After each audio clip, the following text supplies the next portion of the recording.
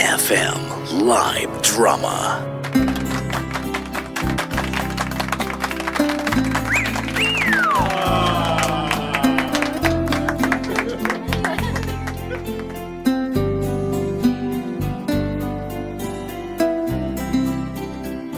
Hello mga idol!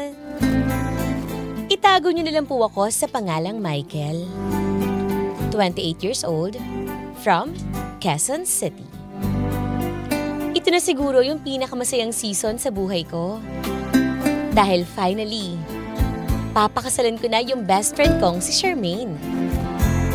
5 years of my life, binuo ko lahat ng mga pangarap ko kasama siya. Sa totoo nga, 1 year pa lang kaming mag-boyfriend at girlfriend, pinag-iipunan ko na kaagad yung kasal naming dalawa. I want to give her the best wedding, mga idol. Pero tulad ng ibang relasyon, sinubok rin ang relasyon namin ni Charmaine bago kami ikasal. Maraming salamat po sa pagtanggap ng kwento ko, mga idol. Muli, ito po si Michael. And I thank you.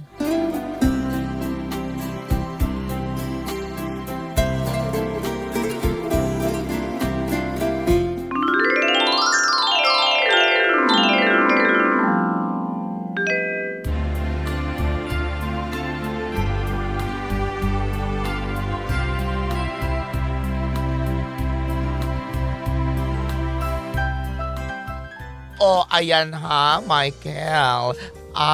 Charmaine. Okay na lahat ang mga kailangan sa wedding ninyo. Okay na reception, catering, and lighted sounds. Kompleto na. Ay, salamat sa iyo, Esmeralda, sa pagtulong sa pag-organize sa wedding namin ni Charmaine. Yung mga bulaklak ba? Yes! Yung mga kulay na gusto nyo, ayun ang tinupad namin. Kaya wala na kayong gagawin, kundi ang beauty rest. Diba? Salamat talaga, Esmeralda. Ano pa bang kailangan namin gawin ni Michael? Wala na. So, ipapakita ko na lang sa'yo, Charmaine, yung area kung saan ka may make-upan at kung saan ka magre-retouch. Ay, oo. Sige, sana may CR. Teka, naiihi na rin ako eh. Sumama naman ako.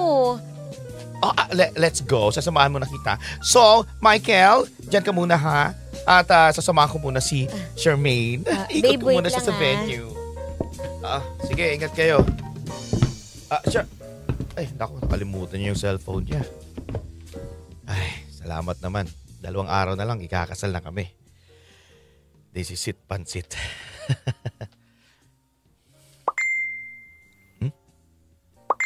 Teka. Sino nagte-text? Chat kay Charmaine. Tumawag pa. Richard? Teka. Ex niya to Bakit kaya nag-chat pa to kay Charmaine? Ha? Anong meron sa kanilang dalawa?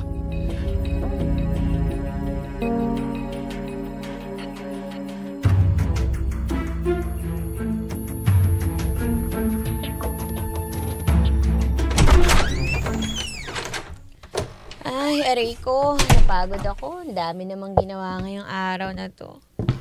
Ay. Babe, tingin mo, ready na kaya talaga tayo magpakasal? Dami kailangan gawin. Anong sabi mo? Wala. Sabi ko, ready na kaya ba talaga tayo magpakasal? Ikaw, ready ka na ba? Oo. Teka, ba't ganyan mukha mo? Kagagaling lang natin dun sa reception Sigurado ka bang ready ka na bang ikasal sa akin?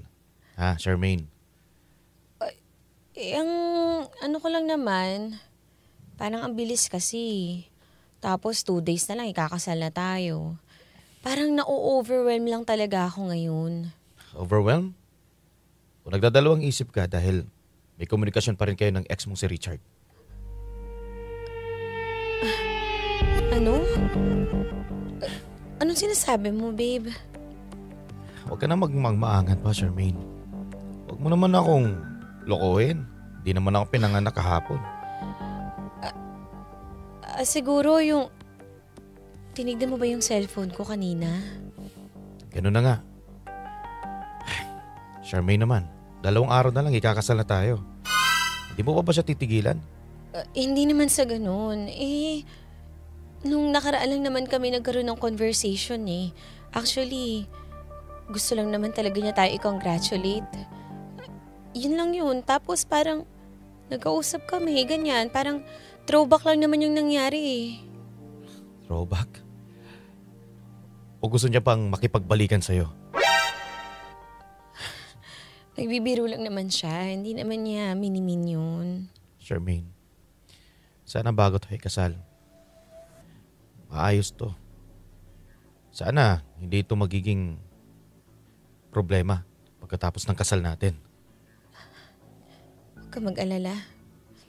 Hindi na ako makikipag-usap kay Richard.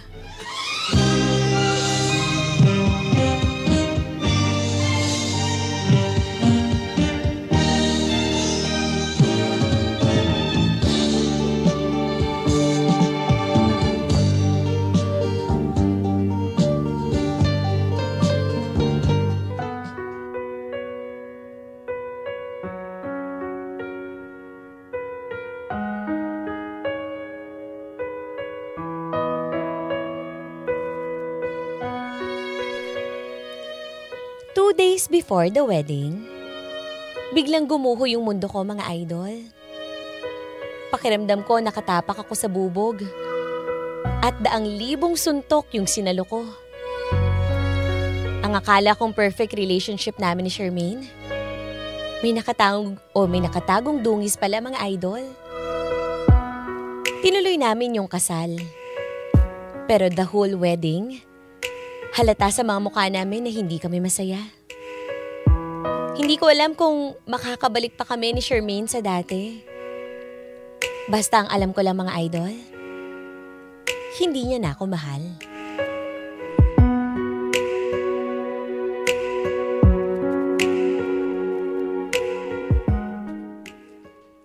Charmaine, babe. Oh. Katapos na ng kasal natin. Gusto mo bang mag-out of the country tayo? Para at least makapag-honeymoon naman tayo. Sige, ikaw bahala. Ikaw na lang mag-asikaso kasi marami akong ginagawa sa trabaho eh. Ganun na nga. Ako na mag-aasikaso. So, kailangan mo lang gawin yung mga dadalhin natin. Okay ba yun? Saan ba tayo pupunta? Iniisip ko nga eh. Para naman sosyal at maganda naman yung honeymoon natin. Gusto ko sana dito lang, sa Southeast Asia. Baka gusto mo ba mag-Malaysia? Indonesia? Kahit saan, ikaw bahala. Para kasing okay lang kung dito-dito na lang sa Pilipinas eh. Hindi, mas iba pa rin at memorable talaga kapag sa ibang bansa. Mag-aasikaso na ako at magbubook na ako ng flight. Para anytime, pwede tayo na mag-honeymoon. Sige, ikaw bahala. Bakit malungkot ka? Hindi, pagod lang ako sa trabaho. Okay lang, go. Ikaw na mag-asikaso nung honeymoon. Sige. Kuha lang ako ng drinks. Baka nauuhaw ka. Ha?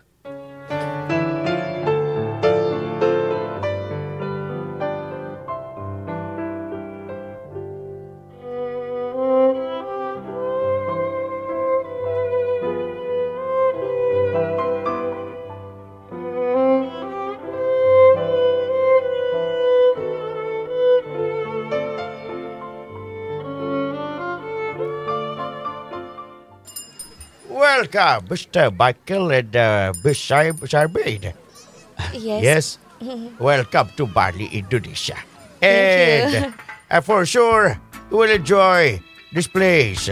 And many places here you will visit. You can visit. So enjoy the rest of the day, okay? Don't worry about a thing. 'Cause every little thing gonna be alright. Singing, don't worry about a thing. 'Cause every little thing gonna be alright. Rise up this morning. Smile with Sarap talaga ng beer. Parang ibang lasa ng beer dito sa Indonesia.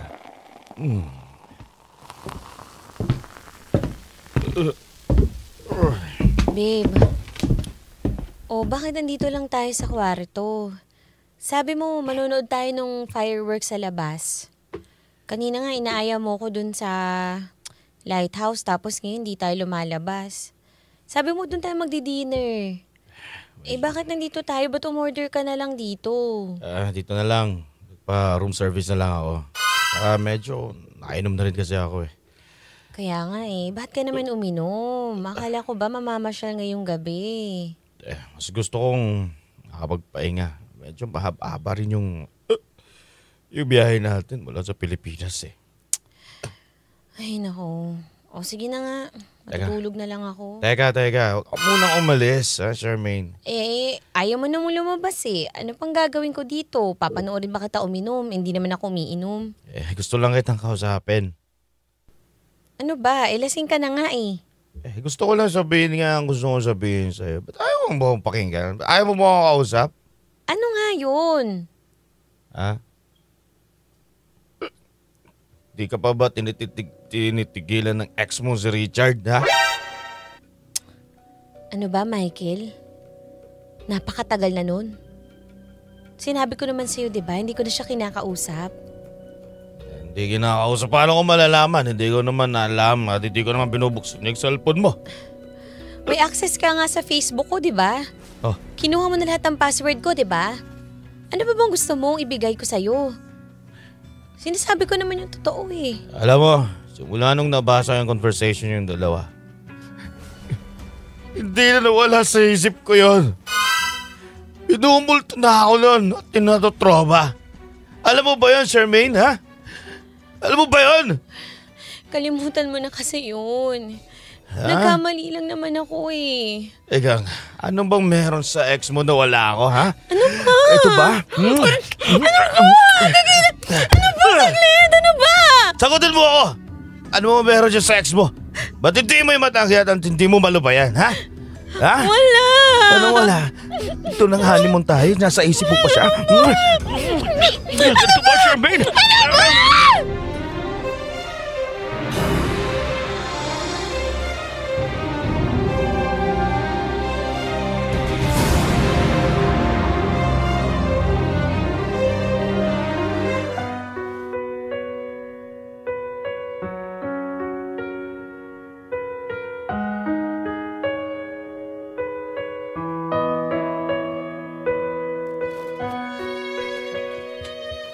Sabi ko sa sarili ko, mga idol, siguro kapag nagkaanak kami ni Charmaine, babalik yung sigla ng relasyon naming dalawa.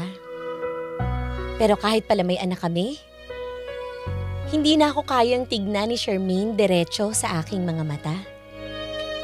At patagal ng patagal, mas lalo kong nararamdaman na wala nang chance ang mapuno ulit ng pagmamahalan yung tahanan namin ni Charmaine. Bakit kaya ganon, mga idol? Ginawa ko naman ang lahat. Tinupad ko naman lahat ng mga pangako ko sa kanya. Pero bakit hindi niya na ako magawang mahalin ulit? Tulad ng dati.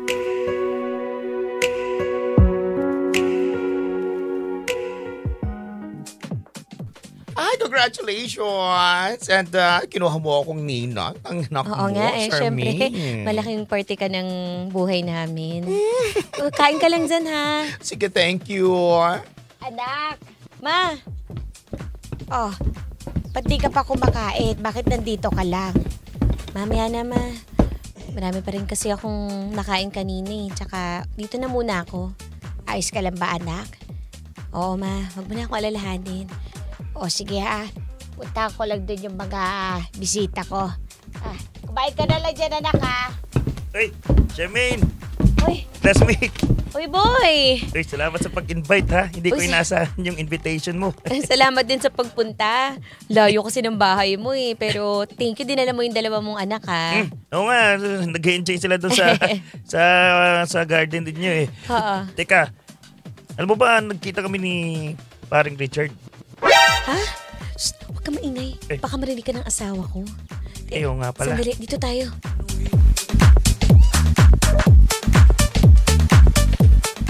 Kauwi lang ni paring Richard na galing ng Amerika. Ah, okay. Kasi, di ba, namatay yung asawa niya. Maaga siya naging biyudo eh. Hindi ko alam na namatayan siya ng asawa. Yun na nangyari. May sakit kasi. At saka nung nakita kami, na in-invite naman ako pag-inom, nabanggit yung pangalan mo. Kinukumusta ka niya. Talaga? Sabi ko, yun. Napangasawa niya si paring Michael. Nagkumustahan lang naman eh. Ganun. Sige, boy ha. Huwag mo na sabihin sa asawa ko na nagkausap tayo. Tsaka kung magkakausap kayo ni Richard, kamusta mo na lang din ako sa kanya.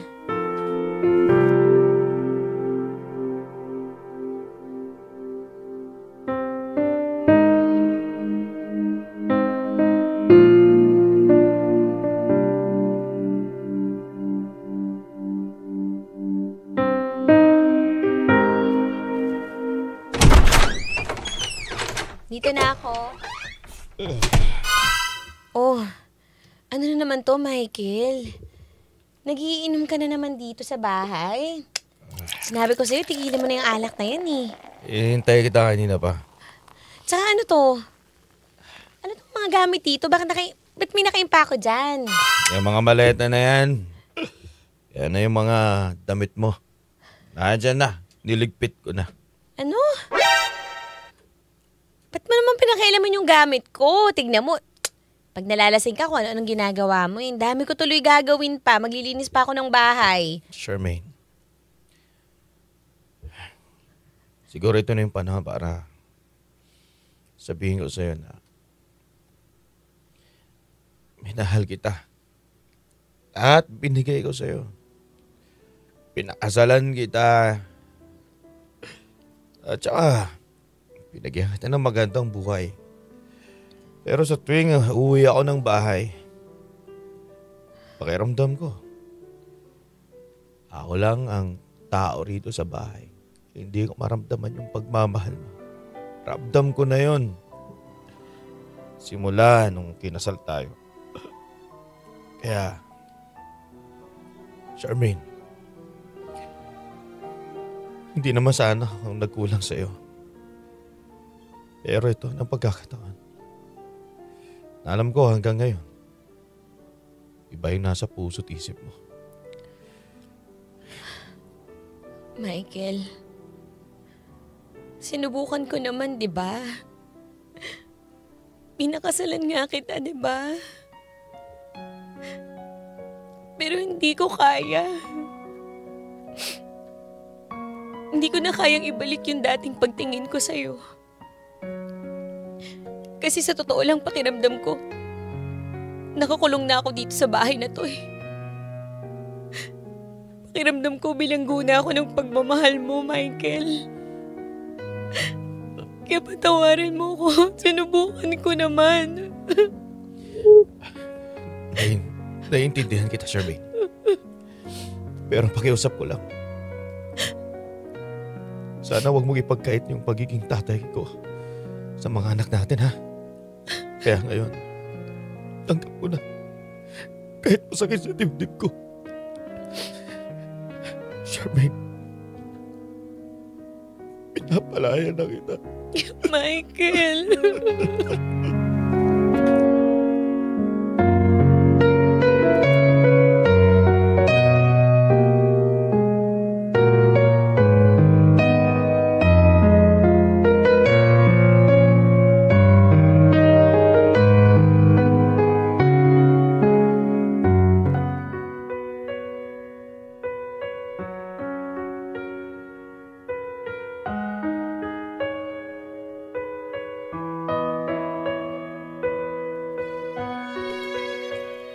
Hindi madaling magparaya ng taong minahal mo ng sobra, mga idol.